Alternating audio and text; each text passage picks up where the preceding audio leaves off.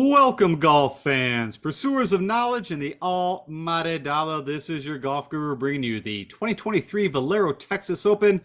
This is going to be my pick show combined with my before the lock show. What does that mean? We're going to go through the analysis, player field. I'm going to tell you about the top 20 guys that I'm looking at for my player pool from a DFS side. We're also going to jump over and check out ownership projections. We're going to talk a little bit about weather, and then that's it. Wrap it up. It's going to be a pretty quick show. So bear with me for about 30 to 45 minutes. And with that said, thanks for checking me out, stopping by, and let's go talk a little golf. I almost forgot, I do have a giveaway going for the Masters. And what is it, you may ask? I am giving away 5 random winners, $100 each. And to get in this giveaway, all you simply need to do, click that like button on the video. And if you're not a subscriber, please click the subscribe button so you can tell me in the YouTube comments below, who do you think is going to win the Masters? Then what I'll do is take all those people that told me who's going to win the Masters, throw them in a random generator. It's going to spit 5 people out. I'll notify you through YouTube comments and to get your PayPal and email address. All right, so that's the giveaway. So please do that. Love to give away a little bit of money to the community as a thank you for always checking me out and hopefully providing you with some decent advice. Okay, real quick, let's talk weather because I was, kind of watching this since, Sunday, Monday. And it looked like at one time there was going to be a tee time split advantage, and that looks like it went out the window. Now it just looks like we're going to be happy to get this tournament in, at least from what I'm seeing. This came from the PGA this morning, and they're looking at scattered thunderstorms. It looks like the rain's going to start in the morning, so who knows if they delay the tournament. I hope not. I hope they play through it. Hopefully there's no thunder or electricity in the air. Friday looks like the best day, and then Saturday, Sunday, again, we have possible thunderstorms and rain. So hopefully we don't have to get a Monday finish in, or they shorten the tournament to 54 holes or whatever. But this looks a bit bleak, like the field looks a bit bleak. But long story short, I'm not worried about, from a DFS perspective, I'm not going to try to pick guys, early or late. And then, for a showdown perspective, typically I do go with guys in the morning, but I'm going to keep an eye on the weather and see how that kind of all falls out before I make my showdown picks for Thursday morning. Okay, so that said, let's go jump over to Fantasy National. I really don't have anything else. I did put out on the preview show, if you were interested in locals, home game, Texans. Typically, I do well here in Valero or on the Texas Swing. Go check out it. I have a model that I ran against the guys that are local, so give that a look. All right, let's go jump over to Fantasy National. Okay, I've hopped over to Fantasy National, and as always, if you are putting any kind of money into DFS or betting, and you want to do some of your own analysis, I highly recommend checking out fantasynational.com. And today, as usual, we're going to be using DraftKings pricing, and I'm going to be looking at the last 24 rounds of golf on these guys, or 6 tournaments, however you want to look at it.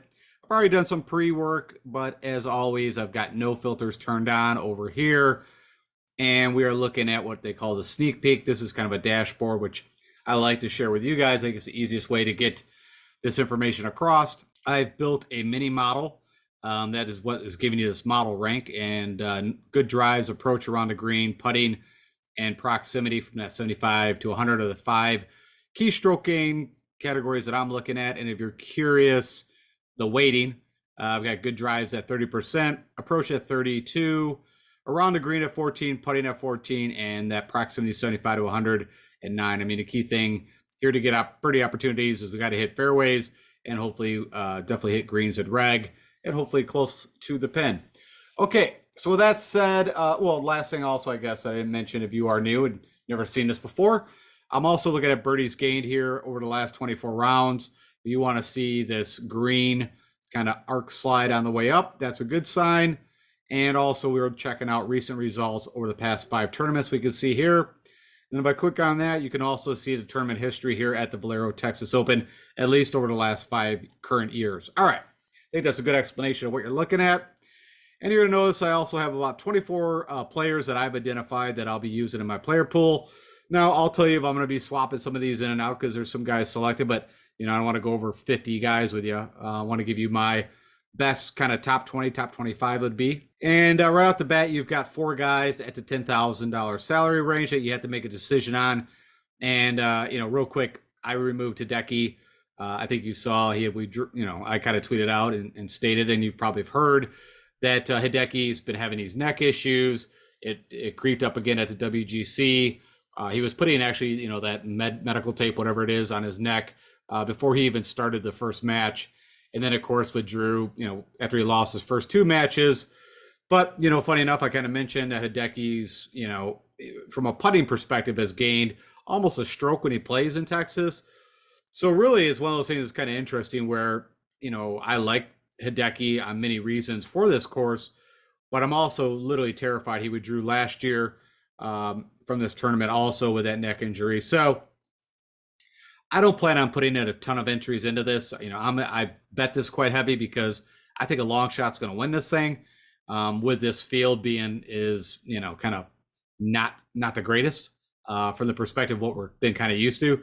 It has definitely been a roller coaster ride of either we have the greatest fields ever, like watching a major, and then we just have these like the Honda in this event, and we had AT&T Pebble Beach. Like we've had some really humdrum. So it's hard. I mean, what they're doing, at least to the fans like us that are diehard, is you kind of go up on these roller coasters of very excited about one tournament, and then you hit the Honda or the Valero or the AT&T, and you're just like, your excitement is very minimal, I guess is the simplest way to put it. Okay, with all that said, so I removed Hideki right off the bat. I'm just not going to worry about the WD. Of course, Terrell Hatton, another, I tweeted this out yesterday. There was a list of injuries for some of these guys. He had the hand, wrist injury. I don't think we've actually gotten confirmation of exactly what it is, but he also got swept in his pool play. I'm not holding that against him. Again, I like Terrell Hatton, so I'll probably be playing him a little bit. And if I put, let's just hypothetically say 10 lineups into the large GPP, I'll be leading off more with Ricky and Corey. But, I think you can almost build the way that I'm kind of seeing this is you could, easily put 2 to 3 of these guys because there's a lot of guys that I kind of like in the sevens. So I'll probably have some builds where it's top heavy, and then I'll have some builds that are more kind of just, maybe I start out at 9, 8,000 and, more of a kind of a balanced build, if you want to say, instead of stars and scrubs, I guess simplest way to put it. Okay. But I'm going to be looking more at Ricky and Corey. You can kind of see her Corey where, maybe around the green and putting has been the greatest. Of course, I'm sure you've heard multiple times this week, or you're going to hear in the broadcast that he was a Monday qualifier, won this tournament back in 2019, almost gained like 12 strokes with the irons. So we'll dive into him real quick. Let's just do that now since I'm on him. If you don't know Corey, of course, he hits it on average 300, hits fairways like nobody else. Usually is one of the better ball strikers out there and usually very deadly with the irons. You can see over the last, few events, he's been a little bit off with the irons. But what I saw at the match play and, I've seen just some recent greatness back with the irons. Also, we're always worried about his short game and putting. Around the green has not been a huge issue. The putter is where it typically, but he gains the most strokes on Bermuda. And you can see here, it's his less worse surface, if you want to say. So I don't have any issues. Of course, he's actually had a good track record here. But click on, yeah, that's already up. So a T35 last year, a 14th at first, and a 26 before that. So that's the guy that I'm looking to. You see, maybe not making as many birdies, but if you know this guy from a showdown play, he can literally go out in one day. I mean, maybe not here, but shoot easily, 6 to 8 under and really string together that consecutive birdie bonus. So I like the upside with Corey. I'm gonna play him. He's also a bit of typically the guy I play. The guy that I typically do not play is Ricky Fowler. And every time that I ever in the past years jumped on that Ricky bandwagon, it blew up in my face. Where we'd see, and this is a while ago, but would see like little trends. But of course, he's been playing really good golf. We all know also that he's here because he's trying to make the Masters. That's really it. I mean, I think he's played. I didn't think he should do that, but he's played a ton of golf. Players, Arnold Palmer, Genesis. He played in the match play, Phoenix. I was trying to see if he's taken a week off. So back to back. Looks like he took off in here between the Genesis and Arnold. But yeah, the guy's been playing. I mean, you can see the putter has come back, and that was actually a real big problem even back in the fall. The irons have been firing. The driver's been a little more hit and miss, but I mean, not too worried about that with Ricky. So it's kind of where I'm going to go. He's also had two T17s here and a missed cut back in 2022. So, like I said, if I do play in the 10,000 range, like I said, I'm not saying I'm eliminating Hatton, but I'm guessing his ownership is going to be ridiculous. Ricky's almost at 20, and then Corey's up there too. So, of course, we'll get into ownership after this. But yeah, those are the two guys that I would favor.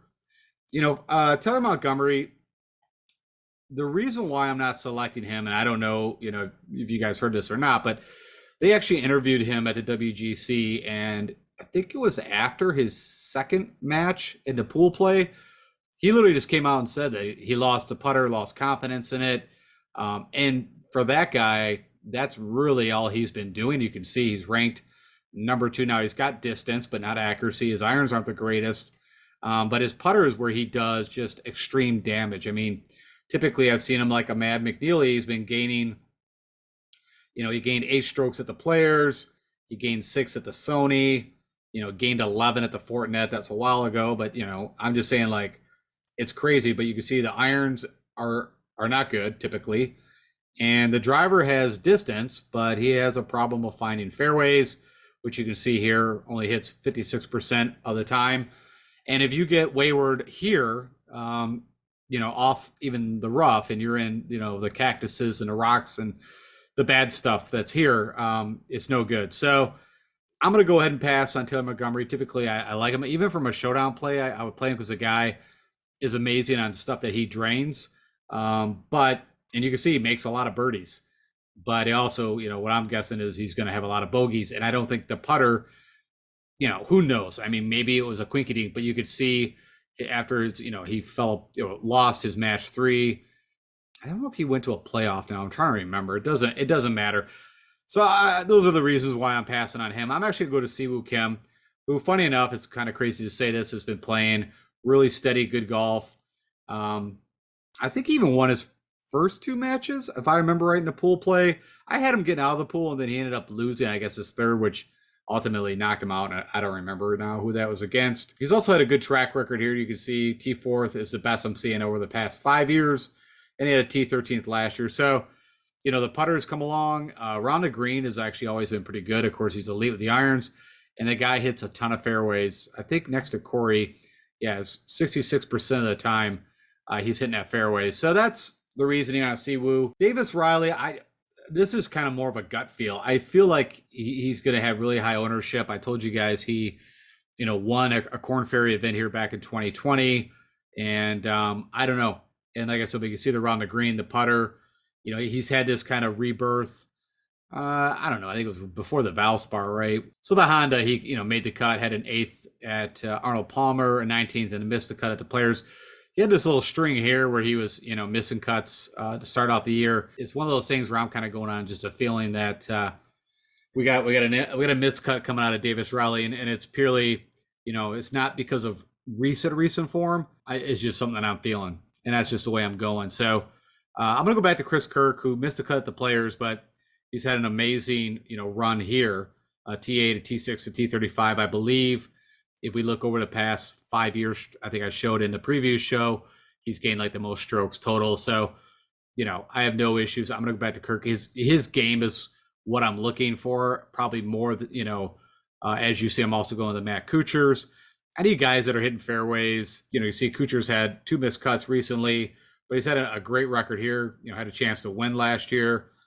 And I think if you kind of look, and I talked about in the preview show, look at the Corey Connors, Jordan Spieth, Brian Stewart, or not Stewart, JJ Spawn, which I think Stewart also has done okay here, but he fits in the model, right? I mean, I don't need length. I need guys that hit the fairway, hit the green, and if you can't, that you're pretty good around the green and also make the putts. I also mentioned in the preview show that, they got these elevated greens with very tight runoff, shaved areas on the side. So, if you don't land in the right area, you're going to be coming off the green, and there's a lot of around the green needed here. So, all right. So you see from the 9,000 range, the guys that I'm landing on, I'm passing on Fox. A lot of it's the driver. Again, back to kind of Taylor Montgomery. He can be streaky. Also, you see, I mean, again, we don't have a ton of data on him. I mean, this is pulling the Arnold Palmer to Players, which Ryan Fox has made the cut on both. Did okay in his match play, if I remember correctly. But not the guy that I'm kind of looking at. JJ Spawn, I mean, You can see he made the cut at the Genesis. Also did very well at the match play. Of course, won here last year. Um, Man, it's just hard to pay 89, almost 9,000 for JJ Spawn. Yes, I get that he's the past champion, but I mean, I guess we just dive a little deeper into JJ Spawn. This is what makes me nervous. He's been, missing with the irons for the past, I don't know, 5 tournaments. So you really got to hope that he, really does it all with the putter. He's not going to gain. I mean, he'll be positive. He's going to hit fairways. Let's go take a look at it. So I just wanted to see what he had to do. So he gained 3, almost 3 across the board when he won this thing. But the irons have been bad. But who knows? Like I said, I don't have stroke gain data on. You're not seeing the stroke gain data for WGC because, and it's also kind of hard because, another thing that's not mentioned, not only do they not play out holes or finish putts, but these guys play different, right, than they will in a stroke gain tournament. Like you're going to fire at pins that typically you're gonna take risk because you don't have a blow up hole, right? So maybe the drives are more risky, maybe your approach shot's more risky. Your putt, typically if you got to make it, you're going to gun it, not make sure it doesn't at least end up short. So with that said, it's really hard to even pull stroke gain data, even if we had it, because I wouldn't really rely on it anyways. Alex Noren, you can see nothing that great in the last 4 tournaments. A T61. Also, I don't remember if he won a match in the pool play. You can see from a stroke gain modeling perspective, he does the things that you want. He's making birdies. It's not really been showing up in results, but he hits that kind of butter fade. I don't know, about 280, 290. Oh, it says here 3. I thought he was more accurate that, to be honest, 57%. Kind of looking for guys that are 60 plus. Like I said, it's not that, these are large fairways.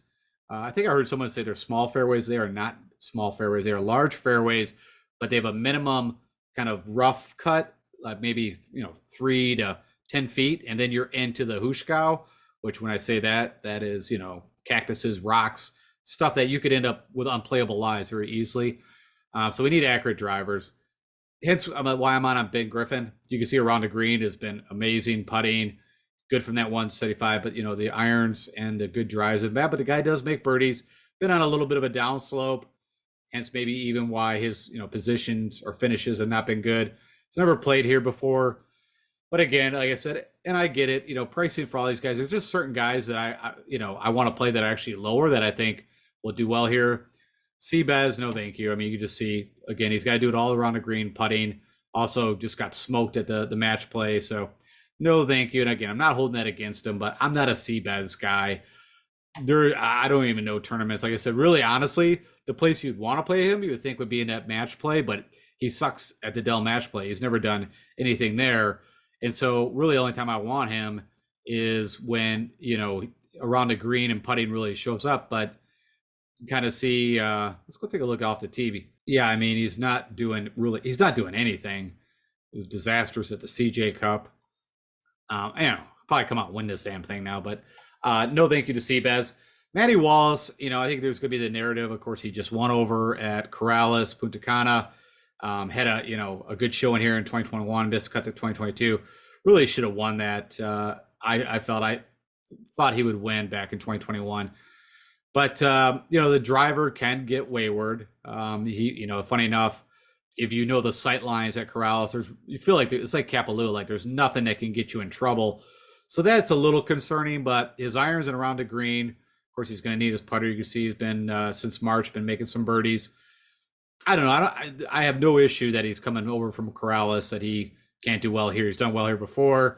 And on the DP World Tour, if I remember correctly, he has won or shown good form back-to-back after a win.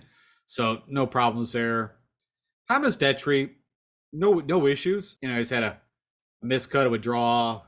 I forgot why he had that withdrawal. I don't know if it was a stomach or I think it was an illness issue, but I don't know. I haven't seen it. Cam Davis kind of talked about this a little bit, right? He had a sinus condition that he was fighting in the beginning of the year, at least, and then it would be the only time we've seen anything in recent has been the Players.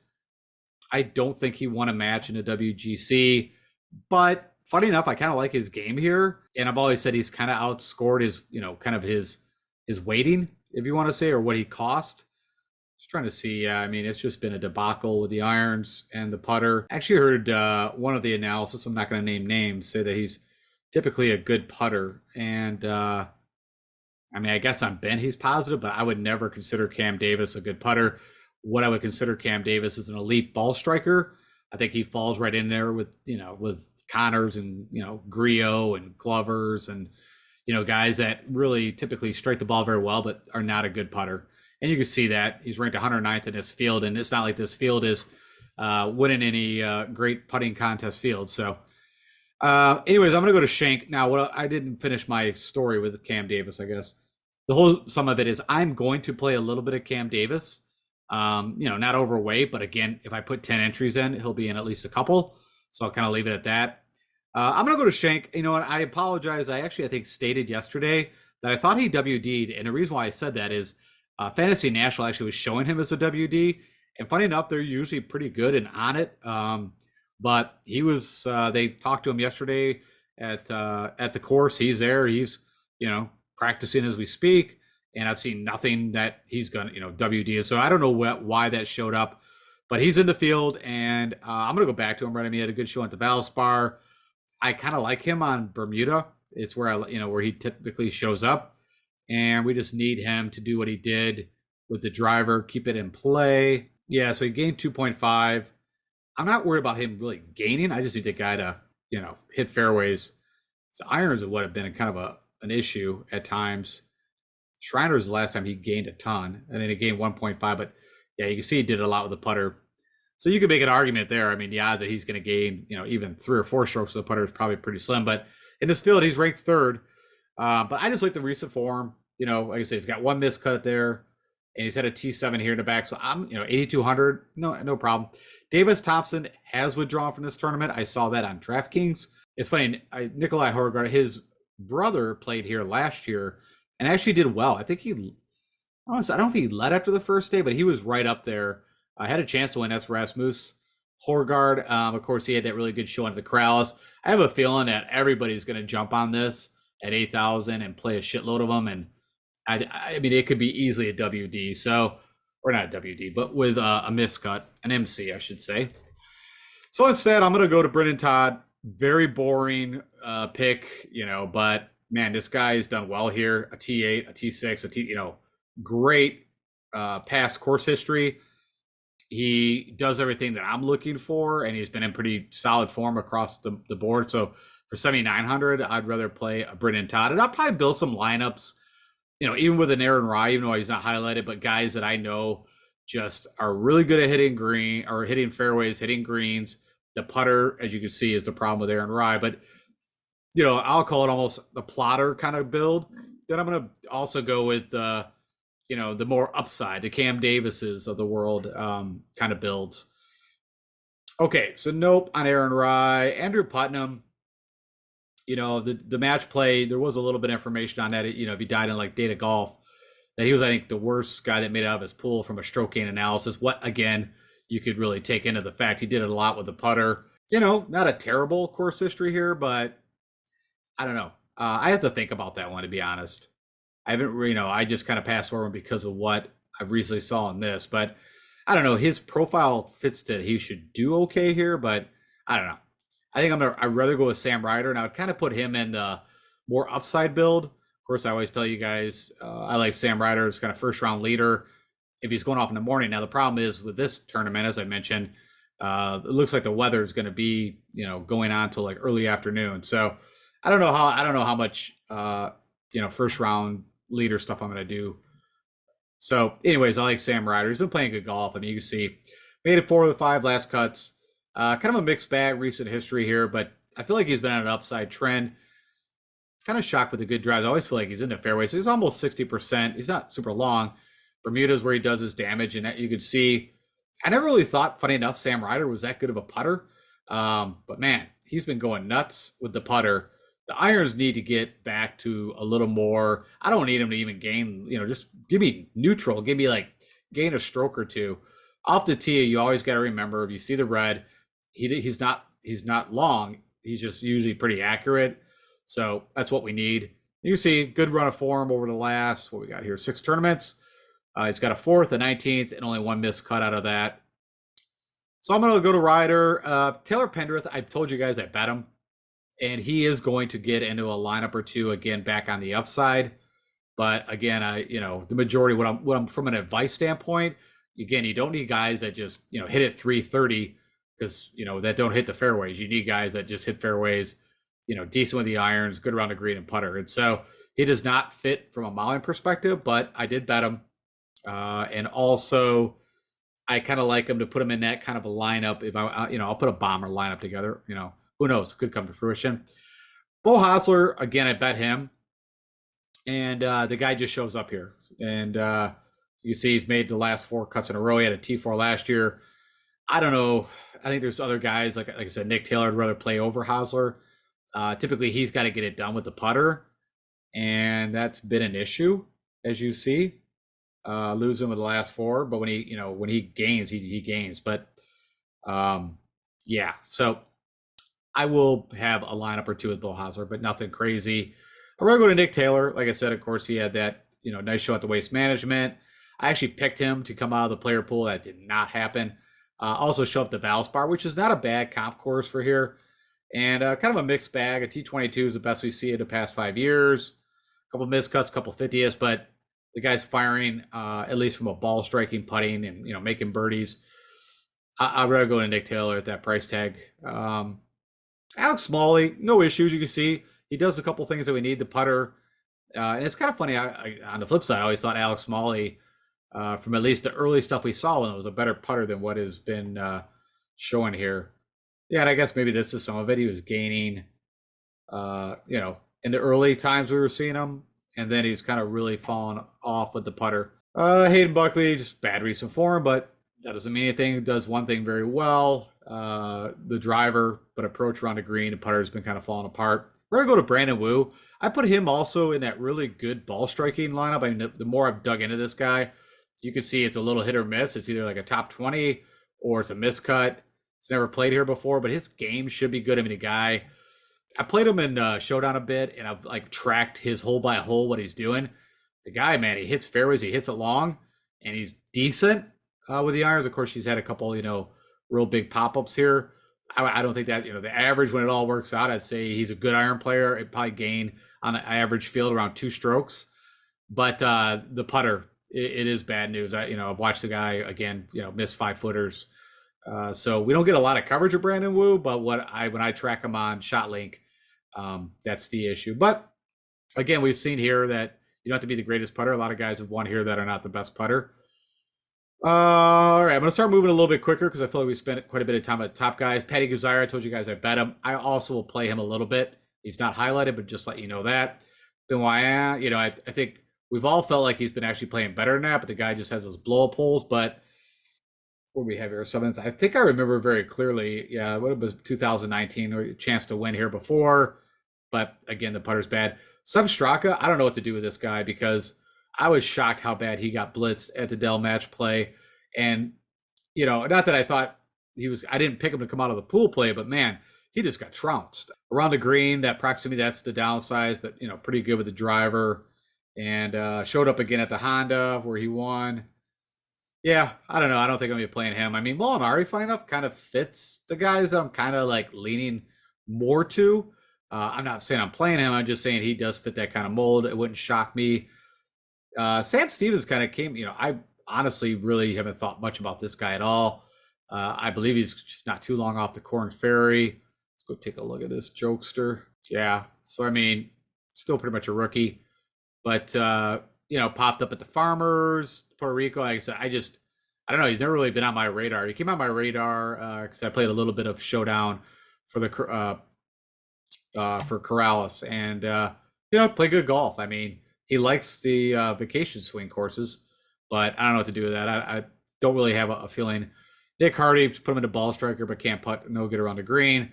So if I'm going to do that, I'll go with Garrick Hago, and his putter's been running a bit cold, but I feel like he's actually a pretty good putter. I don't sit and stress out when he has. He's really good on the long ones. What I've noticed, like outside 20 feet, watch out. But yeah, I mean, he's gained a little bit of a bad run here, but kind of on and off there through back in like the early winter. But guy hits a pretty long way. He's good with the irons. I know one thing. It is funny. I don't believe this, but it says he can't handle wind. But his 2 wins are on on island courses on the world, and then of course Palmetto. So I don't know. I like Higo, and that's kind of what I'm doing. I mean, just to let you guys know, I'm picking guys that I like. I know what their game is, and I don't care as much about the stats and some of this stuff. Like Grillo, I'm gonna play. I didn't pick him because I don't want to pick 1,000 guys and tell you guys to play Grillo because he's been really bad around the green and putter and hasn't showed the greatest form. But everything tells me that he should do pretty well at this track. So we'll see how that all plays out. He didn't do well at Corrales either. So how can I tell you guys to play him? But I'm telling you personally, I'm going to play a little bit of Grillo. I'm off the Rogers train. I just can't do it. I'll wait again until it gets to California. Trey Mullinax. I just I like him again when he can take advantage of that driver. And I just feel like here, like he just is not accurate enough. Eric Cole, I don't think it's a bad play at all. I had him highlighted for a bit. Again, if I put that, guys, the plotters or strategic guys that hit fairways and greens, I'll plug Eric Cole in. I'm going to go to Will Gordon again. I don't know if you want to go down this path, but he's going to go in my kind of ball striking lineup that typically the no putt lineup. But you can see pretty decent form. Played here once, had a 78th, which I'm not sure how that makes the cut. But anyways, yeah, he's not making the birdies, but I don't know. I just kind of like his game and I feel like he's been due. Let's go take a look at Will Gordon just a little deeper. So pretty accurate. It's got crazy distance. And he's been good with the irons and then kind of on and off of the putter.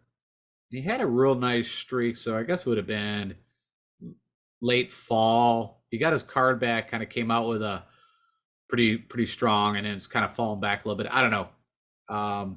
You can make an argument if you're going to play Will Gordon, why not Luke List? I feel like Will Gordon's a little better putter than Luke List. Well, I guess from stats he is. I can't do Luke List. I tried it a bit, and it was so bad. Lonzo Griffin, actually, for this price tag, I'd be all over. But he's had a bunch of like WDs and back issues.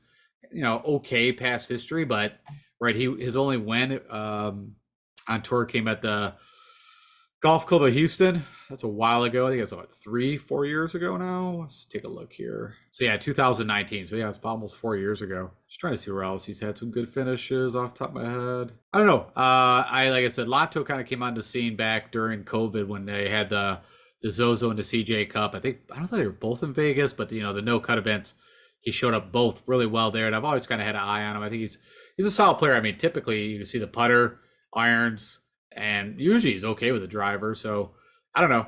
I'm just worried about, I'm going to watch that ownership. If no one's playing him, I'll take the risk, I guess, and hope he doesn't, have an issue. Tyler Duncan, I'm a fan. I like him on first round leaders. And you can see he's popped up a couple thirds. Feels like the game's doing pretty well. The putter is what we got to have. So, yeah, I'll play him. Nate Lashley. If you've been with me for a while, I'm a proponent to play some Nate Lashley. And he's had a good showing here last year. Pretty decent golf. Missed a cut at the Valspar, but also kind of does that. Also, I like him on Bermuda. EVR, kind of an upside play. Didn't do what I thought he would do. I think I bet him at Corrales even. But this guy, he's pretty streaky. But man, when he's on. I'm trying to remember the last tournament that he actually felt like it was the American Express.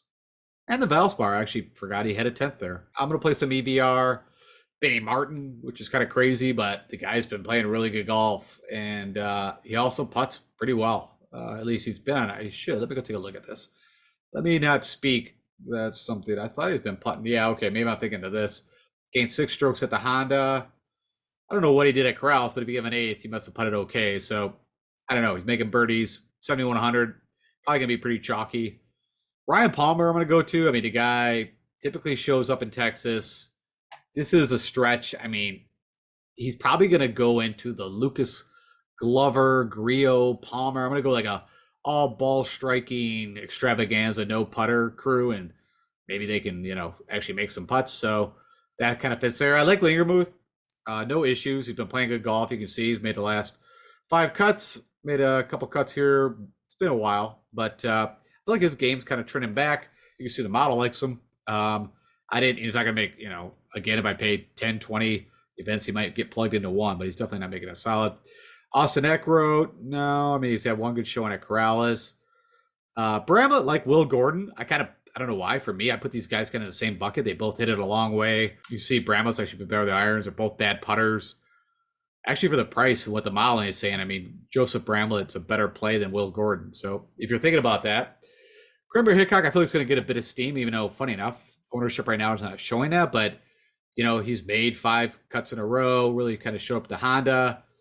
He's never done well here. And of course, he's a local guy, played at the University of Texas. Streelman's had a lot of success at this course. So you can make an argument there, but recent form has been really bad. All right, I think Charlie Hoffman talked about this in the preview show. Put him right into that other disaster crew I told you with Griot and Glover, and maybe I'll make this just an all just crap team, craptastic, and see what happens.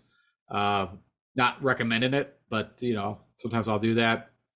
Harry Hall's been playing some nice golf. I believe he's out of England, if I remember correctly. I don't know if he played a lot of the world, if he came off the DP or if he came out of, I'm pretty sure he came off the Corn Ferry. Yeah.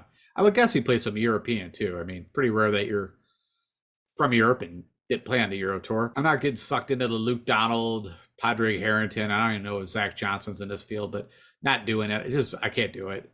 But Akshay Bhatia I could do because, of course, I've been betting the crap out of this guy, and he is, volatile.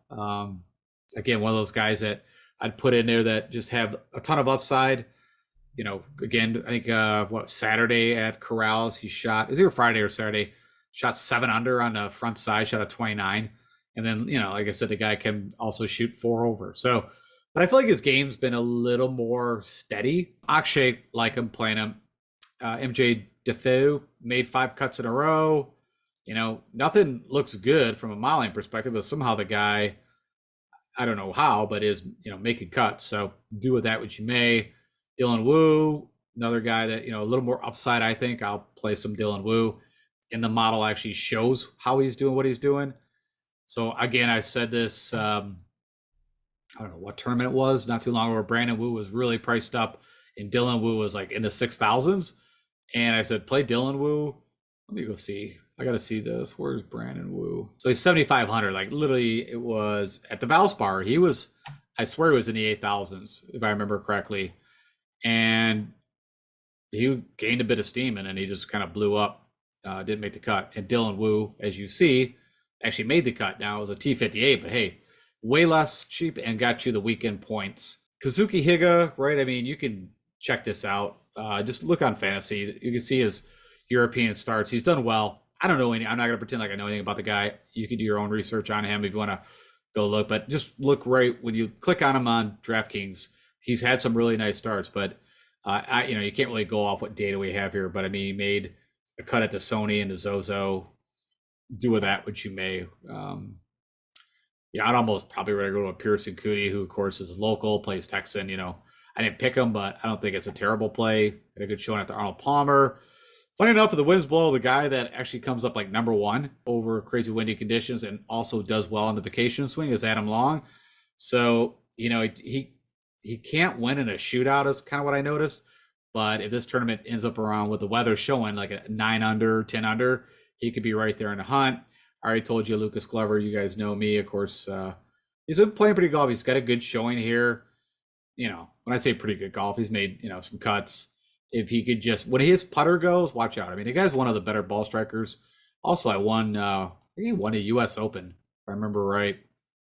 Crazy enough, it's a long time ago, but he is a major winner. Yep, U.S. Open, 2009. He's been around, but a great ball striker. Of course, it's, a bit ironic that he wears no glove and his last name's Glover, and I always call him Smell the Glove. If you guys watch Spinal Tap or seen that, if you've not watched Spinal Tap, the movie, you need to do that tonight. I think it's one of the funnier movies out there, I think. But I've got maybe a goofy sense of humor. Okay, Ben Taylor. I just like the guy. I'm just going to put it that simple. The guy scores for me in Showdown. And, had a good show at the Honda. So at 6,900, I have no issues going to him. Austin Smotherman, I also told you guys, told you I might play him. I don't know. He's he ended up 3rd or 4th in that 2020. So if you're going to play Davis Riley, you can make an argument with why not play Austin Smotherman. I actually like Neesmith. The only thing that's kind of keeping me off is he pulled out of the Valspar, right? And I don't remember exactly why. So if it's an illness, I have to check into that. If it's an illness, I have no issues of playing some Neesmith. I already told you guys I already bet on Dylan Fratelli. I don't have a problem. He ended up here, what, T8? Again, Austin, Texas, local. Wasn't born, of course, in the U.S. I think he's from South Africa, right? The guy, won the John Deere. He's got, I think he hits it on average like 320. I mean, the guy's got a lot of pop at his bat. You see the kind of issues, of course, distance, as I mentioned, you don't really need it here, and you can see he's spraying it a bit, so that's the reason. But he'll still maybe. Scott Piercy, I'll tell you guys right now, I think I just got a vendetta against this guy. He is so hard to predict, and yeah, that's all I could say. I mean, there's reasons to play Scott Piercy. What did he show up at the 3M Open out of nowhere, and then totally just fell apart? There it is, 3M Open, ended up fourth. It was gaining 9 strokes with a putter. It was ridiculous, and he's not really a good putter, as you see, at all, but a pretty good ball striker. So long story short, I don't know. I'm kind of back and forth on Scott Piercy, but 6,800, I don't know why. So something's telling me that he could do pretty well. So I didn't pick him, but I think I will put him in a lineup, and then I'll regret it heavily. Doug Gim had a T44 a little while ago. I don't know. Doug Gim's just not my brand, not a guy that I typically play. I even told you guys he'd missed a player cut, and of course he did. But I also told you I think Dylan Wu, I think it was, would, and he missed a cut too. So Party Marty Laird, man, this guy likes it here. Here in, I guess, Shriners, which is another kind of Texas course. So I don't know. I'm picking him. Typically, it's the putter that really blows. But like I said, this is all purely on course history and also knowing some comp courses that he's done well on. Stewie Sink, I bet him. Cameron Champ, I mentioned in the previous show, if you did not watch that, this is his home course. What does that mean? Not a whole lot. Best showing here is a T34. He missed a cut last year.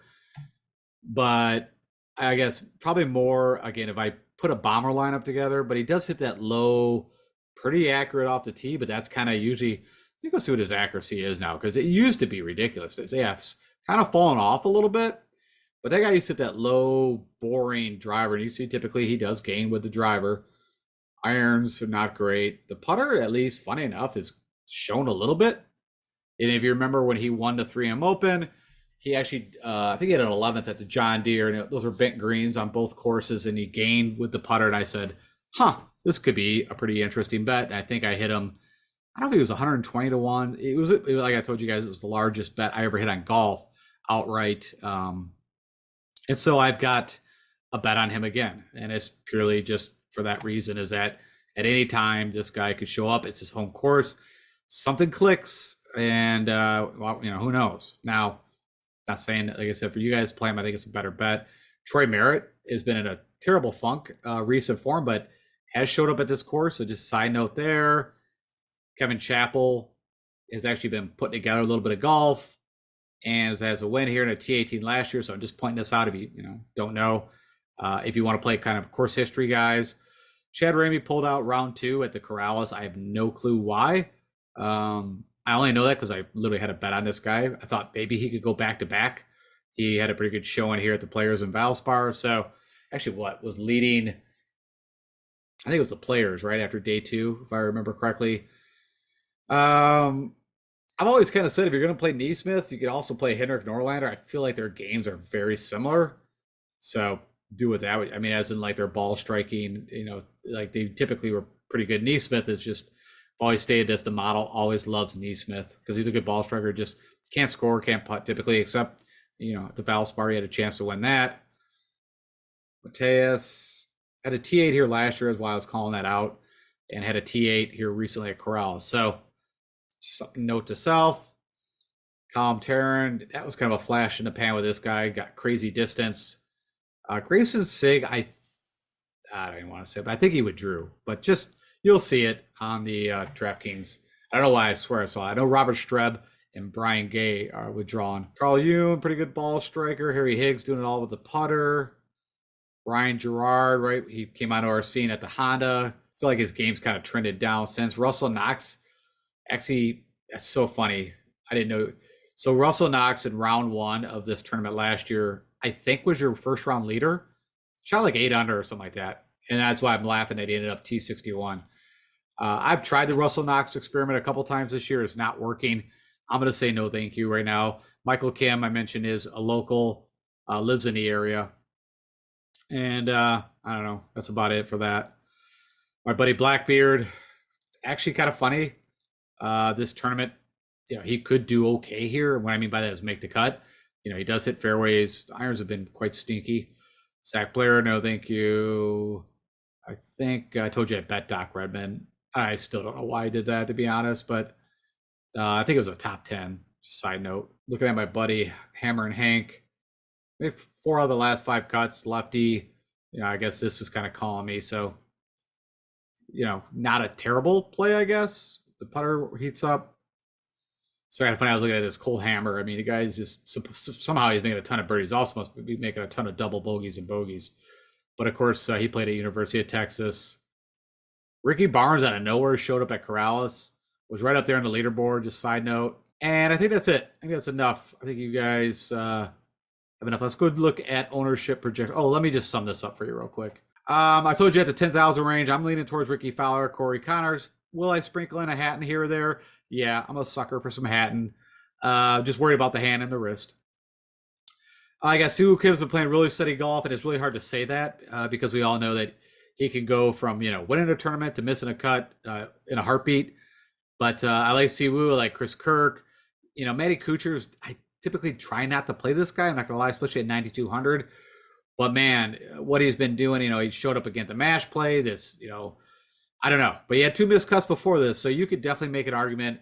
I guess I'm going to watch ownership, and right now what it's telling me is I probably won't be playing a whole lot of Kuchar, but I'll probably have him in that little plotty strategic lineup.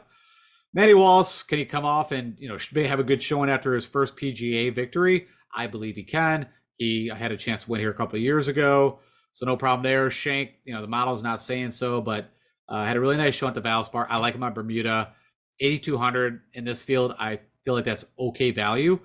Brendan Todd, very boring play, but he'll go into that plotter lineup. Sam Ryder, I feel like it's more of a kind of an up play. I feel like just Sam can really score at times. So we'll see how that works out. Nick Taylor, kind of a condom play, should just get you to the weekend. I'm hoping for top 30. Brandon Wu, I feel like got a ton of upside, more than that ball striking lineup. Garrick Higo, upside ball striking lineup. Same with Will Gordon. Duncan, you could kind of put there. Nate Lashley, more of a condom play. I think he's could kind of navigate his way around. EVR is more of a upside play. Ben Martin, I put him more on the safe play. Palmer, ball striker, can't putt play. Bramlett, the bomber play. Akshay, the real upside play with a, could definitely miss a cut, no problem. Dylan Wu, I don't know. I kind of put him more in the safe play. Lucas Glover, the ball striker, can't putt guys. Ben Taylor, more on the upside with a lot of downside possibilities. Same with Marty Laird. So that kind of sums up the guys that I'm looking at that, out of this field that I'm going to play. I try to narrow it down for you guys. Let's go look at ownership projections. Okay, so I moved over into the ownership projections area. And again, the number that we're going to want to look at is over on this far right.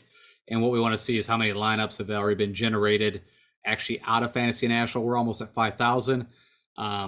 Yeah, I think everybody else is kind of same as, probably what we're all feeling is maybe not super excited for this tournament, but this number will go up. I'm recording this Wednesday afternoon. And like 5 of my guys are the top chalky: Kim, Fowler, Kirk, Connors, Kuchar. Hatton's, again, I think people are a little worried maybe about the risk, but, it's still almost at 20%. Aaron Rye fits, like I said, in that plotter camp. Davis Riley, I told you guys he was going to be chalky. And maybe the guy does great. I mean, it's a good showing at the Valspar. Has won here in the past, again, at Corn Ferry event. Matty Wallace coming off the Corrales win, so he's super chalk. Brendan Todd, Nick Taylor. And then if we get down below 15%, you can kind of see the guys here: Fox, Griffin, Cam Davis. It's kind of crazy. He's, I get it. We all know that he's a great ball striker. He's also Australian. Some of my past notes is I do like playing Texans and Australians here. Like Matt Jones last year was right up there in the leaderboard, had, at least was in contention. So, typically they can handle the wind is what all that meant. Benny Martin, man, when Benny Martin's at 13% ownership, things are tough. Taylor Montgomery, people are not too excited about. Benoit Ann. We got Nikolai Horgard, almost at 10. Spawn, returning champion. Eric Cole. There's Batia, Bramlett. So then another run of my guys here, kind of in the, I don't know, just below 8 to 9% guys. We got Duncan under 6, Glover under 6, Ryan Palmer's around 5%. I told you I'm going to play some Patty Kazire, so he falls around 5. Not a lot of love for Dylan Wu, less than 4%, and I'm trying to scroll a little slow so you guys can also check this out. Party Marty is less than 3. You got my Ben Taylor is less than 3. You know who shows up, funny enough, to fit the kind of balls, hitting fairways, good irons, and just needs a putter to flip is Sadoshi Gadar. And again, if you guys been with me for a bit, you also know that I've hit him first round leader a couple times. You can see he's less than 2% owned. So I don't know. This is good to see. Is a Griot is at 1.3. Now see, for me, if you know Emiliano Griot, there is some huge upside there. Of course, he can miss the cut, but I think that's a good leverage play, at least again for the GPP 200K. If you play Griot and he does what Griot should and can do here, definitely at least compete for the win. Now, I was curious if this guy was going to get a bunch of hype, this Higa, but no one's really jumping on that bandwagon. Neesmith, I put him right there, honestly, right with Griot. So that's interesting. I wouldn't mind to pair those guys up. And Stewie Sink, no love. I also feel like I saw Brandon Matthews withdrew from this tournament. I don't know why, but I thought I saw that. But again, if you're looking for that all bomber lineup, there you go. Adam Long, if he's less than, I'll play him, especially with the weather I'm seeing. So there's my little call out. I'm adding Adam Long to the list, and I recommend that you check him out. Cameron Champ again. I am going to put him in a lineup. It's probably going to be disastrous, and I bet him. But how come on, man? I mean, you've won 3 PGA tournaments. You're on your home course. At least make the cut. So that's my theory for that one. And that's about it. All the rest of these guys are like no love, 0%. Again, this is out of 5,000 teams or entries already put in. All right, you got a good ownership projections. And then real quick, I just go look at weather. I mean, nothing's changed. I will click that update button just so we can check it out. But here we go. Let's go look at super forecast. So it breaks it down by hour. You're going to want to pull San Antonio International Airport is where these guys, if you are flying private, that is where you are landing. It is right close to within a few miles of the course of that. Just trying to take a look at this again. I mean, yeah, it's kind of funny. It looks like it's going to be like gusties up and down, but I mean, a steady, 5. I mean, that's nothing. It's kind of odd that they have these gusts showing at any time. And then, yeah, I don't see any lightning in this, and that's not a whole lot of rain to worry about. So I don't know. Again, we'll see how that all works out. I guess I don't have a lean one way or the other. And then supposedly the morning wave is going to have, so I mean, under this, you'd be like, oh, well, afternoon, morning, you might want to build a lineup, or wait a minute, take that back. So I take that back. I guess I would go morning, afternoon, if, this does show that it's going to gust, not, again. So I don't know. I'm not recommending any of it. I recommend you build your teams how you want to build them. I'm going to build them more as we were talking about, the bombers, the plotters, the upside guys. That's what I'm going to do. All right. Let's get out of here and wrap this thing up. All right, guys. So thanks so much for spending that time with me. If you do me the honor, if you like what I do, click that like button and share it with anybody else for some odd reason that's really looking to get into DFS golf. It is the hottest thing out there. And hit that subscribe button and tell me, who do you think is going to win the Masters to get into my giveaway?